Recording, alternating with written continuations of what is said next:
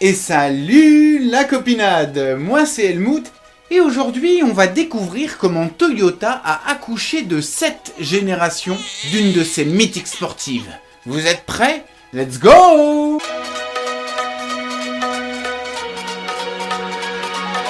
Ah, les années 60, l'époque des Beatles et des pantalons à pattes d'éléphant.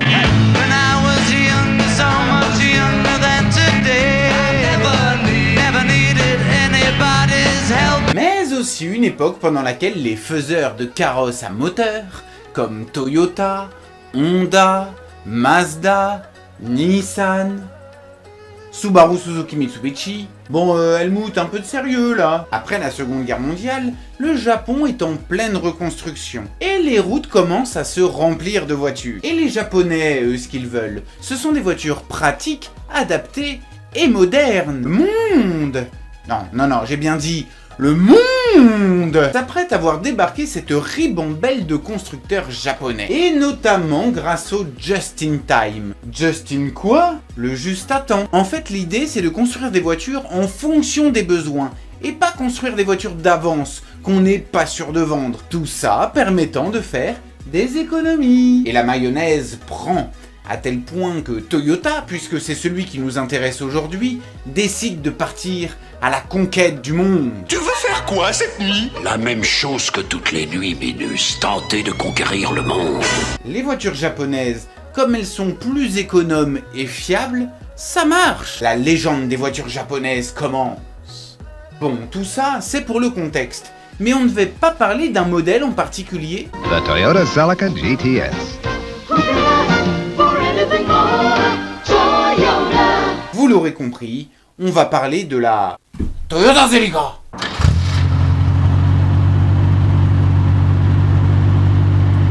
La première génération de la Toyota Celica est présentée au salon de Tokyo en 1970 et sort en décembre de la même année. La Celica est un coupé 2 portes qui met l'accent sur le style et le plaisir de conduire. La base de cette toute première Toyota Celica est la même que celle de la Carina. Mais pourquoi Toyota sortirait cette bagnole pour conquérir le monde? Eh bien, c'était principalement pour les États-Unis, pour concurrencer les constructeurs américains, et notamment une certaine Ford Mustang de 1964.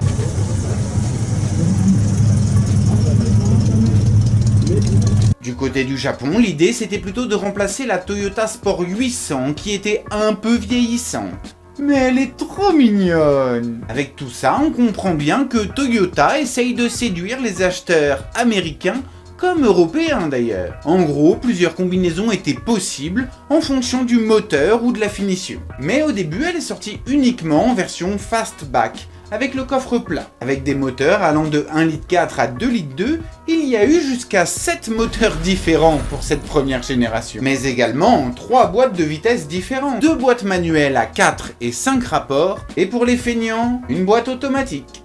En 1973, Toyota propose une version liftback, lui donnant un côté plus plongeant à l'arrière, mais aussi un style plus aérodynamique.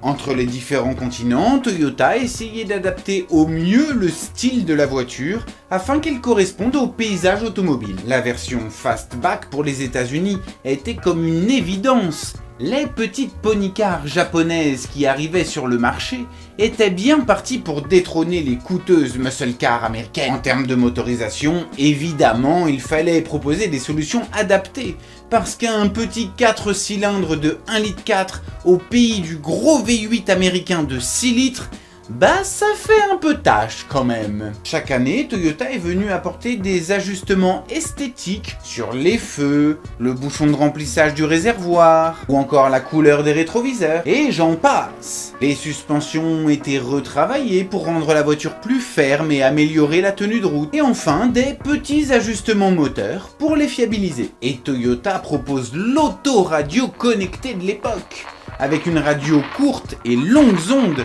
stéréo! Sur certaines versions, les sièges sont rabattables et un petit système électronique permet de surveiller certaines fonctions mécaniques. Et le tout sans jamais dépasser les 1 tonne 2. Ah, et j'oubliais un petit détail. C'est la première voiture japonaise à être construite en partie sur une chaîne de montage automatisée. Pas besoin d'un être humain. Bernard, ça a encore planté! S'il fallait tout détailler sur cette première génération, il y en aurait pour des heures. Ce qu'il faut retenir, c'est qu'avec cette première génération, Toyota arrive à s'exporter assez facilement à l'international. De l'Australie aux États-Unis, en passant par la France, le modèle est une réussite. D'ailleurs, le célèbre magazine américain Motor Trend va l'élire meilleure voiture importée de l'année en 1976. Et avec plus d'1 million d'exemplaires vendus, banger!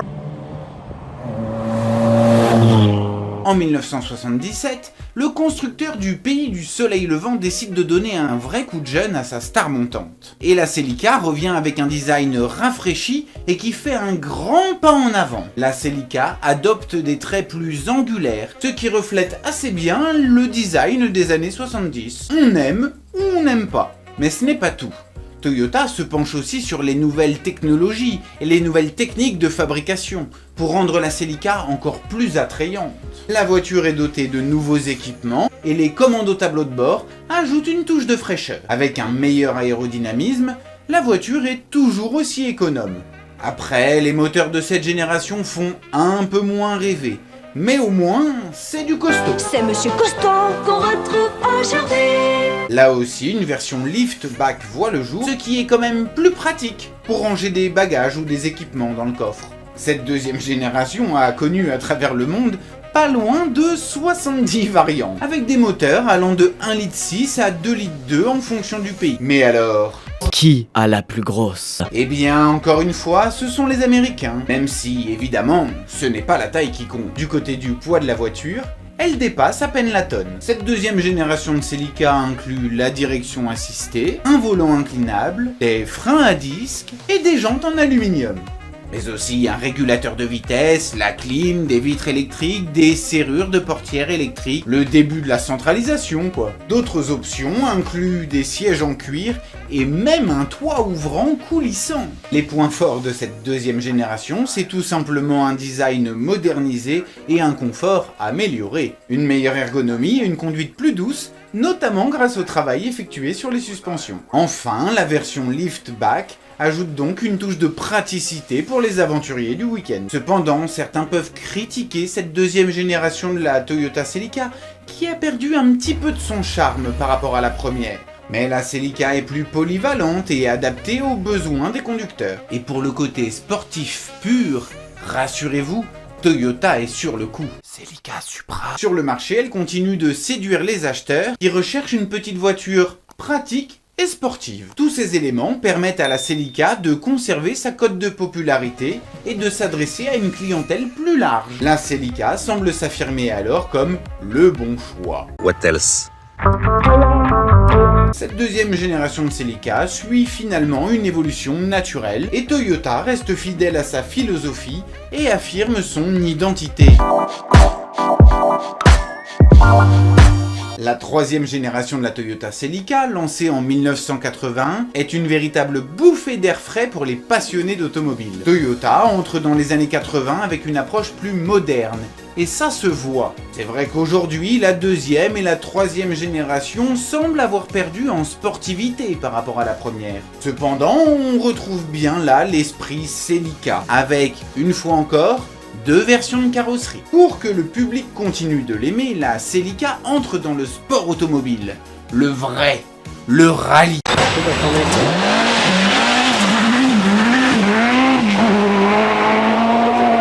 Et grâce à plusieurs victoires, elle sera même surnommée la reine de l'Afrique. Bon, ça n'arrange pas le design, c'est vrai, mais que voulez-vous ? C'était quand même l'époque des coupes mulets. Cette génération apporte aussi des nouveautés comme les phares intégrés à la calandre, l'apparition des pop-up, un must-have à l'époque. En termes de performance, la Celica continue d'impressionner. Les moteurs sont plus raffinés et offrent une conduite plus fluide et plus dynamique. Et nouveau record!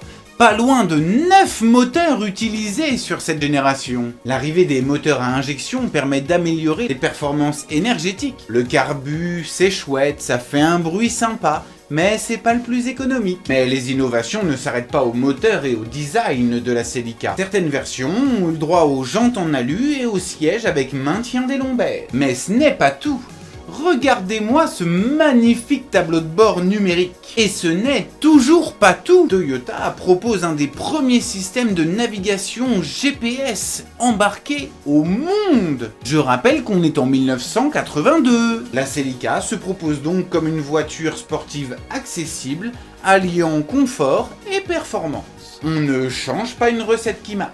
Et un peu de sucre en poudre. Et cette Celica a un plus. Elle va aider à révéler une autre légende chez Toyota, la Celica Supra. Et peut-être que si la Celica n'avait pas existé, nous n'aurions jamais eu des grands baraquets chauves au volant de voitures qui font la course. Vous voyez peut-être de quel film je parle ? La 4e génération de la Toyota Celica, sortie en 1986, fait là aussi un bond de géant. Le style reste sportif et la voiture est fidèle à sa réputation. Imaginez une adolescente introvertie qui, du jour au lendemain, se transforme en véritable rockstar.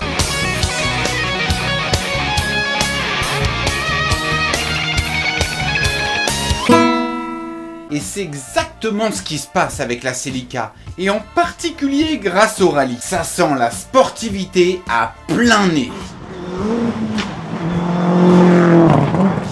Cette 4e génération a un design plus familier. Notre œil est encore habitué aux angles nets sur les voitures de cette époque. Elle est peut-être un peu moins pratique, mais avec ses pare-chocs agressifs, impossible de louper que c'est une Celica. J'en achèterais bien une de 1987, moi. Les phares rétractables ajoutent toujours ce côté futuriste à la voiture, et l'ensemble est plus moderne, en cohérence avec le reste de la gamme chez Toyota. À l'intérieur, Toyota a soigné les détails. Un habitacle ergonomique avec des sièges semi-baquets qui offrent un bon maintien latéral en conduite sportive. Le tableau de bord a des lignes plus nettes, la voiture semble plus sophistiquée. Côté performance, la Celica ne lésine pas sur les moyens pour proposer du sport.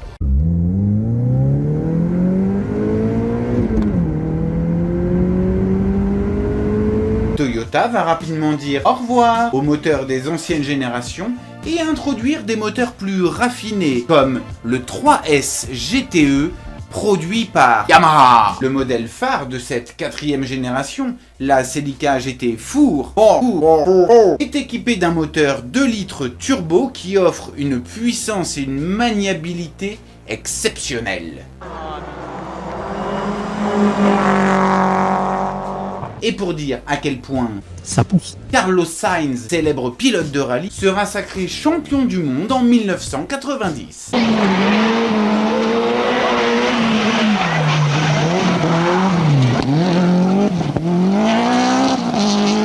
La Celica est donc la première 4 roues motrices japonaise à réussir à battre les européennes. Les améliorations techniques ne s'arrêtent pas au moteur. Les suspensions ont été redessinées pour améliorer la tenue de route. Et évidemment, améliorer le confort. Des disques de frein aux 4 roues, l'ABS, les airbags, la Celica renforce sa réputation de voiture sportive sûre.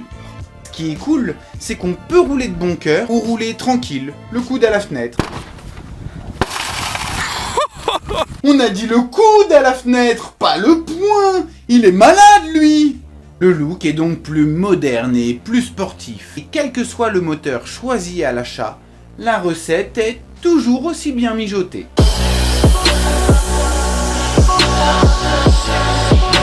La 5e génération de la Toyota Celica, lancée en 1990, est une grosse mise à jour de la 4e génération. Cette Celica 5 est plus arrondie, plus en courbe, et on retrouve des options dans l'air du temps comme la clim, l'ABS et la direction assistée. Le tableau de bord est soigneusement tourné vers le conducteur, ce qui me rappelle la Toyota Supra MK4 sortie 3 ans plus tard. Mais qu'est-ce qu'elle est novatrice cette Toyota Celica. Toujours en traction pour les faibles ou en 4 roues motrices pour les fous, avec des cylindrés allant de 1,6 litre à 2,2 litres.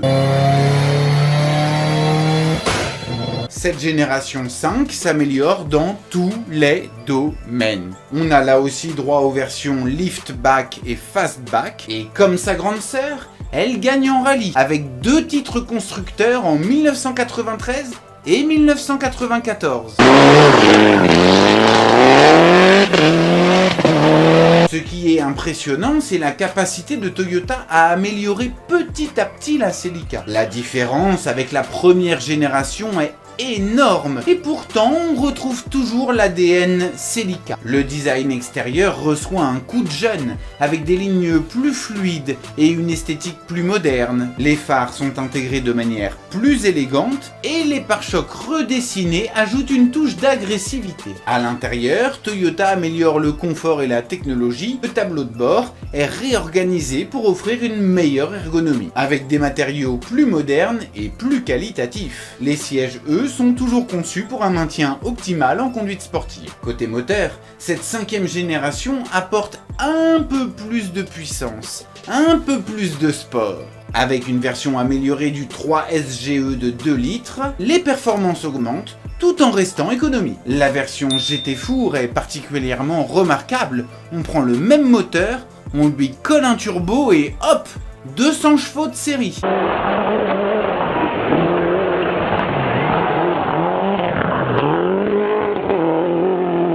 Combinant puissance et agilité, l'expérience de conduite est vraiment exaltante. La version 4 roues motrices, connue dans sa livrée Castrol, continue de jouer un rôle extrêmement important pour la Celica. Je vais peut-être me mettre au rallye, moi. Les innovations sur cette génération ne se limitent pas à la performance. Ceinture, freinage, airbag, Toyota suit donc le mouvement côté sécurité. Bon, c'est pas une Volvo, mais ça fait le taf. Et puis la version cabriolet, les cheveux au vent. Ah... Et voici la 6e génération de Toyota Celica, lancée en 1994. Cette génération marque pour moi l'apogée et le début de la fin pour la Celica. Le début des années 90 dans l'automobile, c'est la recherche d'adrénaline pure. Le design et les performances captivent aussi bien les passionnés d'automobile que les fans de l'art automobile. Tous les constructeurs dans le monde s'efforcent de rendre leur voiture plus sexy. Bon, peut-être pas chez Lada non plus. Bref, revenons à nos Celica. Les lignes de cette 6e génération sont plus agressives, mais le style est plus sexy. Les 4 feux ronds à l'avant sont d'un séduisant au possible, surtout dans leur version lenticulaire. En forme de lentille, quoi. Là aussi, beaucoup de différences entre les continents. La Celica ne s'appelait même pas Celica dans certains pays. Je vous laisse mettre son ou ses différents noms en commentaire. À vous de jouer. J'avais d'ailleurs tenté d'acheter une pauvre mémère importée qui traînait pas loin de chez moi. Mais ce fut un échec. Elle est partie à l'export pour pièces. La sportivité de cette 6e génération ne se contente pas d'un simple relooking. Elle se traduit aussi par des améliorations en termes de performance et de technologie. Elle est désormais équipée pour affronter les routes avec une énergie renouvelée, mais aussi plus dynamique. Même le 115 chevaux permet de cruiser tranquillement ou de s'amuser un peu sur les routes sinueuses. L'ajout de jupes latérales et les différents pare-chocs plus ou moins agressifs reflètent ce qui se cache sous le capot. Avec des moteurs entre 1,8 litre et 2,2 litres, on voit que Toyota ne veut pas sortir de son credo. Praticité, sportivité, économiqueté... Mais cela dépend encore une fois du continent de commercialisation de la voiture. À l'intérieur, il n'y a pas tant de changements que ça. Le cockpit est conçu pour un conducteur sportif, les sièges semi-baquets offrent un maintien latéral de qualité et des matériaux qui enrichissent finalement l'expérience de conduite. Les innovations technologiques incluent notamment un système audio plus travaillé. Mais comme c'était l'époque des gros boum boum, certains ont remplacé le matériel d'origine pour le meilleur et pour le pire. Olivier, tu vas me niquer la batterie. Tout semble donc aller pour le mieux. Le modèle GT Four va jusqu'à taper les 250 chevaux. En 4 roues motrices, c'est un monstre à la bataille avec les Subaru Impreza et Lancer Evo de l'époque. Cette Celica 6e génération gagne donc 14 fois en rallye avant d'être disqualifié. Disqualifié pour tricherie, une sombre histoire de bride de turbo qui laissait passer trop d'air, Bref, c'est un peu technique. Mais c'était triché avec ingéniosité, et ça soufflait fort. Heureusement, la légende de la Celica était déjà faite, et aujourd'hui, elle reste un Youngtimer très apprécié. Les vieux en sont nostalgiques et les jeunes y voient un coupé sport original.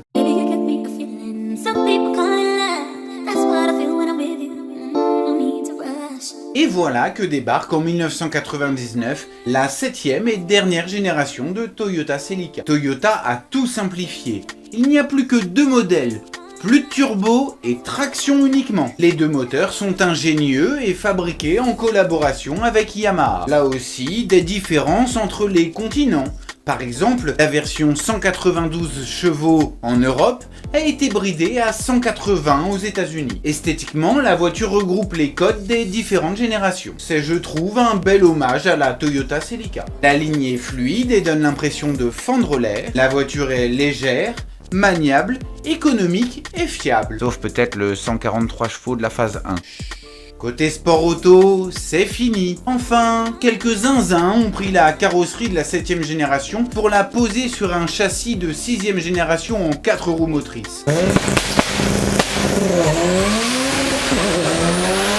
Comme quoi, tout est possible. À l'intérieur, le son est bon et il est même possible de choisir un caisson de basse en option. On retrouve des airbags latéraux, un tableau de bord plus moderne et une voiture qui reste toujours aussi pratique pour partir en vacances. Enfin, tant que les enfants sont petits, le confort et le maintien des sièges sont tout autant l'allié des longs trajets, comme de la conduite sportive d'ailleurs. Côté moteur, un premier de 143 chevaux qui offre un couple accru et une bonne économie de carburant. Et au-dessus, on a la version GTS ou TS avec un moteur de 192 chevaux, particulièrement fun en haut des tours.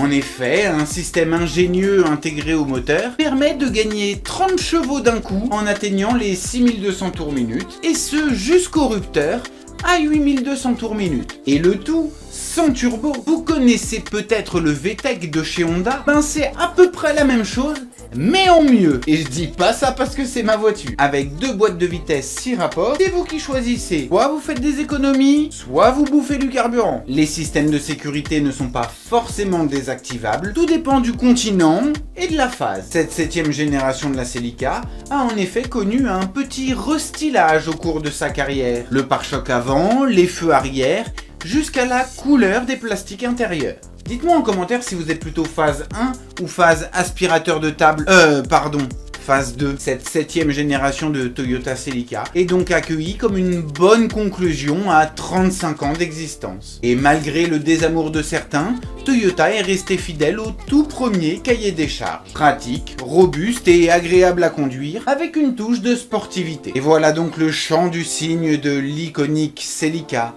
avant qu'elle ne tire sa révérence. Merci d'avoir suivi cette vidéo, vous l'aurez compris, la Celica est mon modèle de cœur chez Toyota. Vous trouverez des sources intéressantes en description si vous voulez en savoir plus. N'hésitez pas non plus à me faire part de vos commentaires ou à me signaler si j'ai fait une boulette. Je compte aussi sur vous pour me proposer des modèles de voitures qu'on pourrait décortiquer dans cette émission. Et enfin, évidemment, abonnez-vous, partagez la vidéo, ça ne prend que 2 secondes et c'est gratuit. Allez, bise la copinade.